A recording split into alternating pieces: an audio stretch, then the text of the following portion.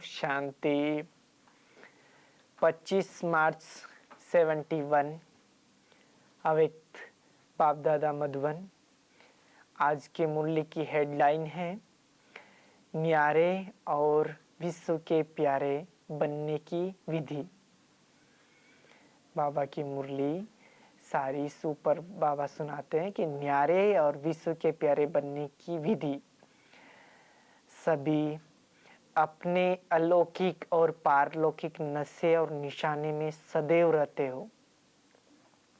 अलौकिक नशा और निशाना और पारलौकिक नशा और निशाना दोनों को जानते हो। दोनों में फर्क है व एक है।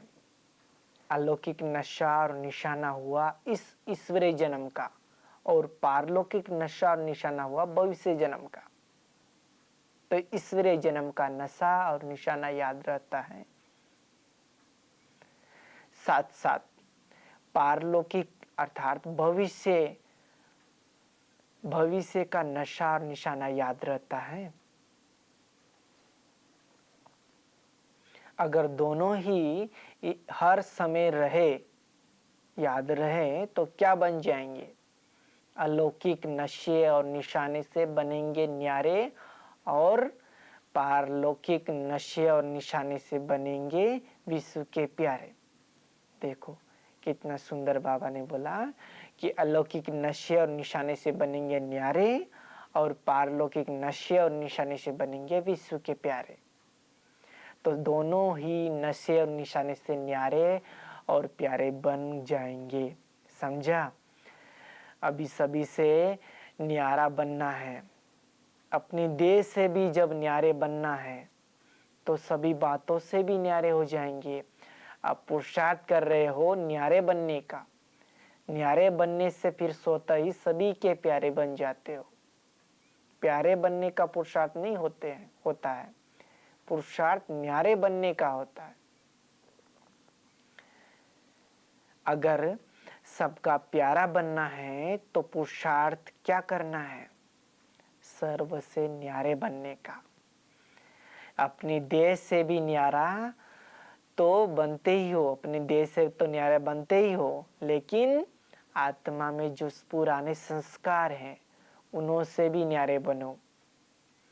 प्यारे बनने के पुरुषार्थ से प्यारे बनेंगे तो रिजल्ट क्या होंगे? और ही प्यारे बनने के बजाय बाप दादा के दिल रूपी तख्त से न्यारे हो जाए, दूर हो जाएंगे। बाबा कह रहे हैं प्यारे बनने के पुरुषार्थ से प्यारे बनेंगे तो रिजल्ट क्या होंगे? और ही प्यारे बनने के बजाय जो बाप दादा का दिल रूपी तख्त से दूर हो जाएंगे। इसलिए ये पुरुषार्थ नहीं करना। कोई भी न्यारी चीज प्यारी जरूर होती है। इस संगठन में अगर कोई न्यारी चीज दिखाई दे तो सभी का लगाव और सभी का प्यार उस तरफ चला जाएगा। तो आप भी न्यारे बनो। सहज पुरुषार्थ है ना। न्यारे नहीं बन पाते हैं, इसका कारण क्या है? आजकल का लगाव सारी दुनिया में किस कारण से होता है? अट्रैक्शन पर। अट्रैक्शन भी स्वार्थ से है। इस समय का लगाव स्नेह से नहीं लेकिन स्वार्थ से है। तो स्वार्थ के कारण लगाव और लगाव के कारण न्यारे नहीं बन सकते। तो उसके लिए क्या करना पड़े? स्वार्थ का अर्थ क्या है? स्वार्थ अर्थात सो के रथ को स्वाहा करना। देखो बाबा कितना सुंदर बोले कि स्वार्थ अर्थात सो के रथ को स्वाहा कर। ये जो रथ अर्थात देह अभिमान, देह की स्मृति, देह का लगाव लगा हुआ है, इस स्वार्थ को कैसे खत्म करेंगे? उसका सहज पुरुषार्थ स्वार्थ। शब्द के अर्थ को समझो। स्वार्थ गया तो न्यारे बन ही जाएंगे। सिर्फ एक अर्थ को जानना है, जानकर अर्थ स्वरूप बनना है। तो एक ही शब्द का अर्थ जानने से सदा एक के और एक रस बन जाएंगी। अच्छा, आज टीचर्स के उद्घाटन का दिन है। आज टीचर्स के उद्घाटन का दिन है। संपूर्ण आहुति डालने की सामर्थ्य है। यह ग्रुप इंचार्ज टीचर का है ना, अभी है वह बनने वाली है। मुख्य धारणा यही है कि सदैव अपनी संपूर्ण स्थिति का व अपने संपूर्ण स्वरूप का आह्वान करते रहो। जैसे कोई का आह्वान किया जाता है तो बुद्धि में वही स्मृति में रहता है ना, इस रीति से सदैव अपने संपूर्ण स्वरूप का आह्वान करते रहेंगे तो सदैव वही स्मृति में रहेगा। और इसी स्मृति में रहने के कारण रिजल्ट क्या होंगी? यह जो आवागमन का चक्कर चलता रहता है, आवागमन का चक्र कौन सा? कभी ऊंच स्थिति में ठहरते हो, कभी नीच आ जाते हो। यह जो ऊपर नीचे आने जाने का आवागमन का चक्र है, इस चक्र से मुक्त हो जाएंगे। वो लोग जन्म मरण के चक्र से छूटना चाहते हैं और आप लोग ये जो स्मृति और विस्मृति का आवागमन का चक्र है उससे मुक्त होने का पुरुषार्थ करते हो। तो सदैव अपने संपूर्ण स्वरूप का आह्वान करने से, आवागमन से छूट जाएंगे। अर्थात इन व्यर्थ बातों से किनारा करने से सदैव चमकता हुआ लक्की सितारा बन जाएंगे। इंचार्ज टीचर बनने के लिए पहले अपनी आत्मा की बैटरी चार्ज करो। देखो बाबा कितना उदाहरण सहित समझाते हैं कि इंचार्ज टीचर बनने के लिए पहले अपनी आत्मा की बैटरी चार्ज करो। जितनी जिनकी बैटरी चार्ज है उतना ही अच्छा इंचार्ज टीचर बन सकती है। समझा? एक एक बात बाबा कितना स्पष्टीकरण होकर के समझा बताते हैं। जब यह याद रहे कि मैं इंचार्ज हूं तो पहले ये अपने से पूछो कि मेरी बैटरी चार्ज है। पूछ रहे बाबा कि मेरी बैटरी चार्ज है, पहले अपने आप से पूछो कि मेरी बैटरी चार्ज है। अगर बैटरी चार्ज कम होगी तो इंचार्ज टीचर में भी उतनी कमी दिखाई देगी। तो अब क्या करना है?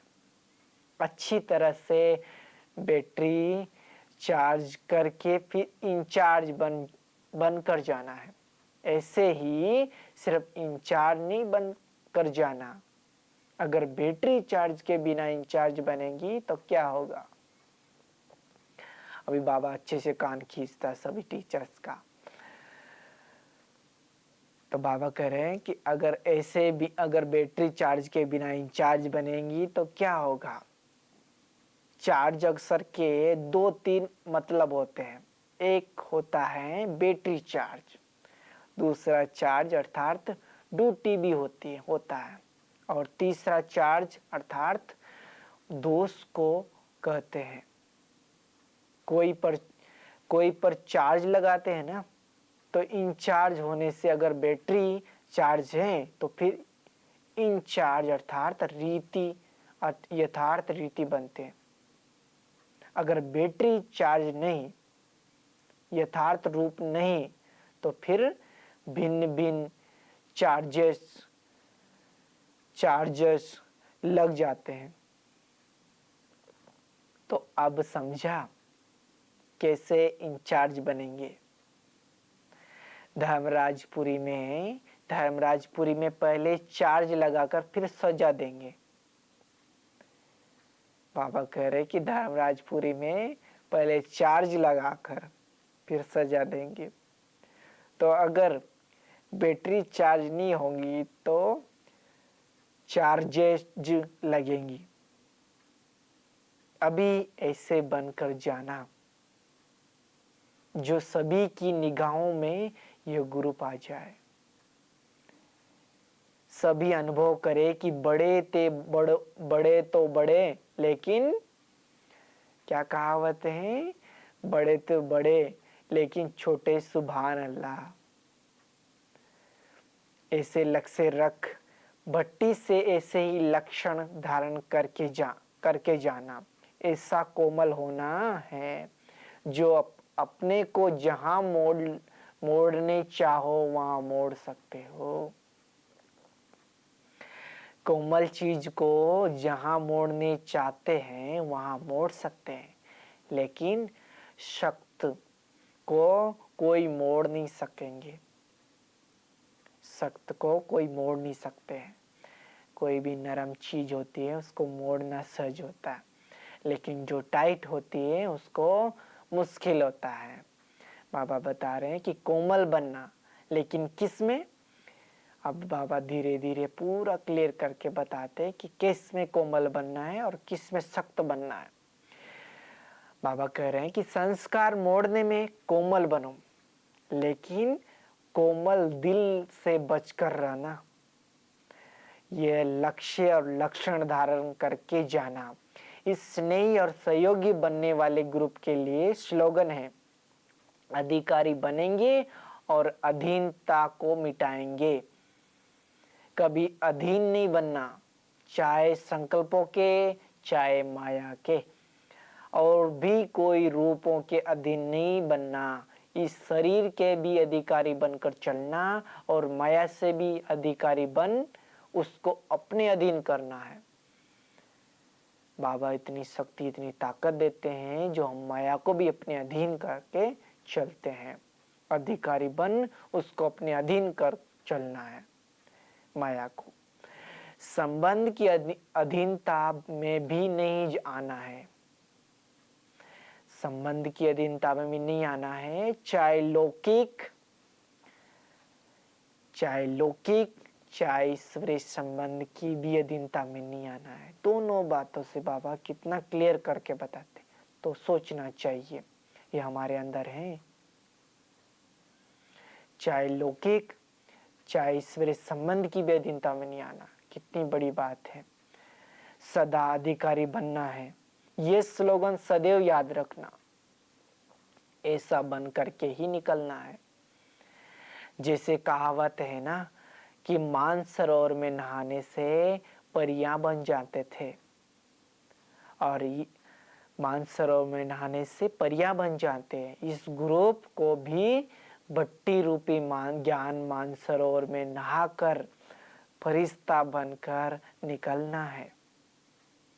जब फरिश्ता बन गया तो फरिश्ते अर्थात प्रकाश में काया, इस देह के स्मृति से भी परे, इस देह की स्मृति से भी परे।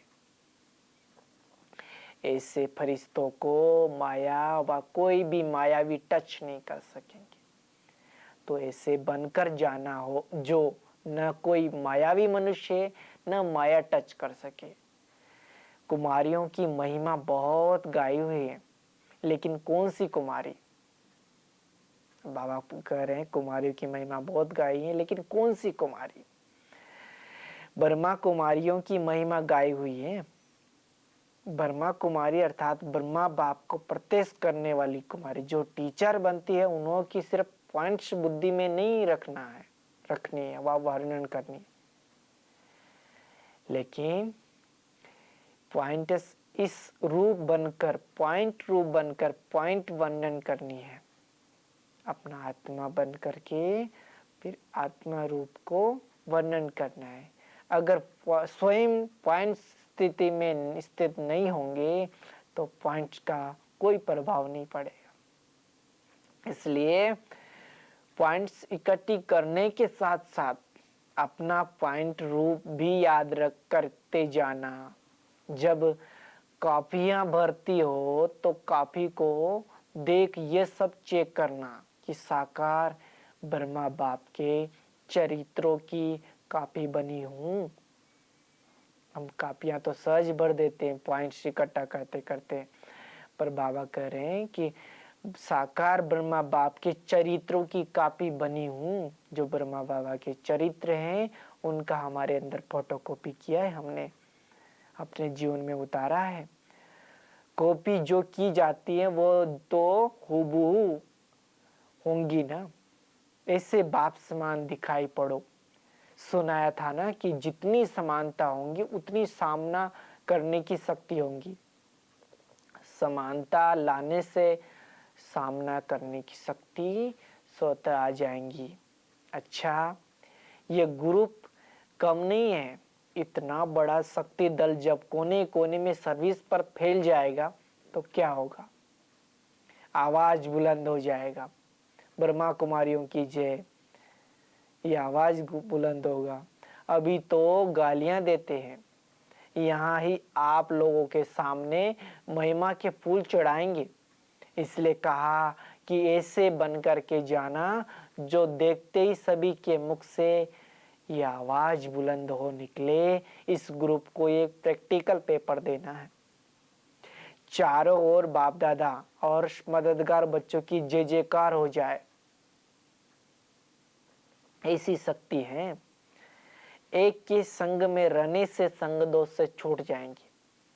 ये कितनी बड़ी बीमारी है, इसके लिए बाबा बता रहे हैं संग की इतनी बड़ी बीमारी है। एक के संग में रहने से संग दोष से छूट जाएंगे। एक के संग में रहना। संग दोष कई प्रकार के दोष पैदा कर देते हैं, इसलिए इसका बहुत ध्यान रखना है। एक बाप, दूसरे हम, तीसरा न कोई। जब ऐसी स्थिति होगी तो फिर सदैव आप लोगों के मस्तक से तीसरे नेत्र का साक्षात्कार होगा। यहाँ का जो यादगार है उसमें योग की निशानी क्या दिखाई है? तीसरा नेत्र। अगर बुद्धि में तीसरा कोई आ गया तो फिर तीसरा नेत्र अगर बुद्धि में तीसरा कोई आ गया तो फिर तीसरा नेत्र बंद हो जाएगा। इसलिए सदैव तीसरा नेत्र खुला रहे। इसके लिए यह याद रखना कि तीसरा न कोई। अच्छा, ओम शांति।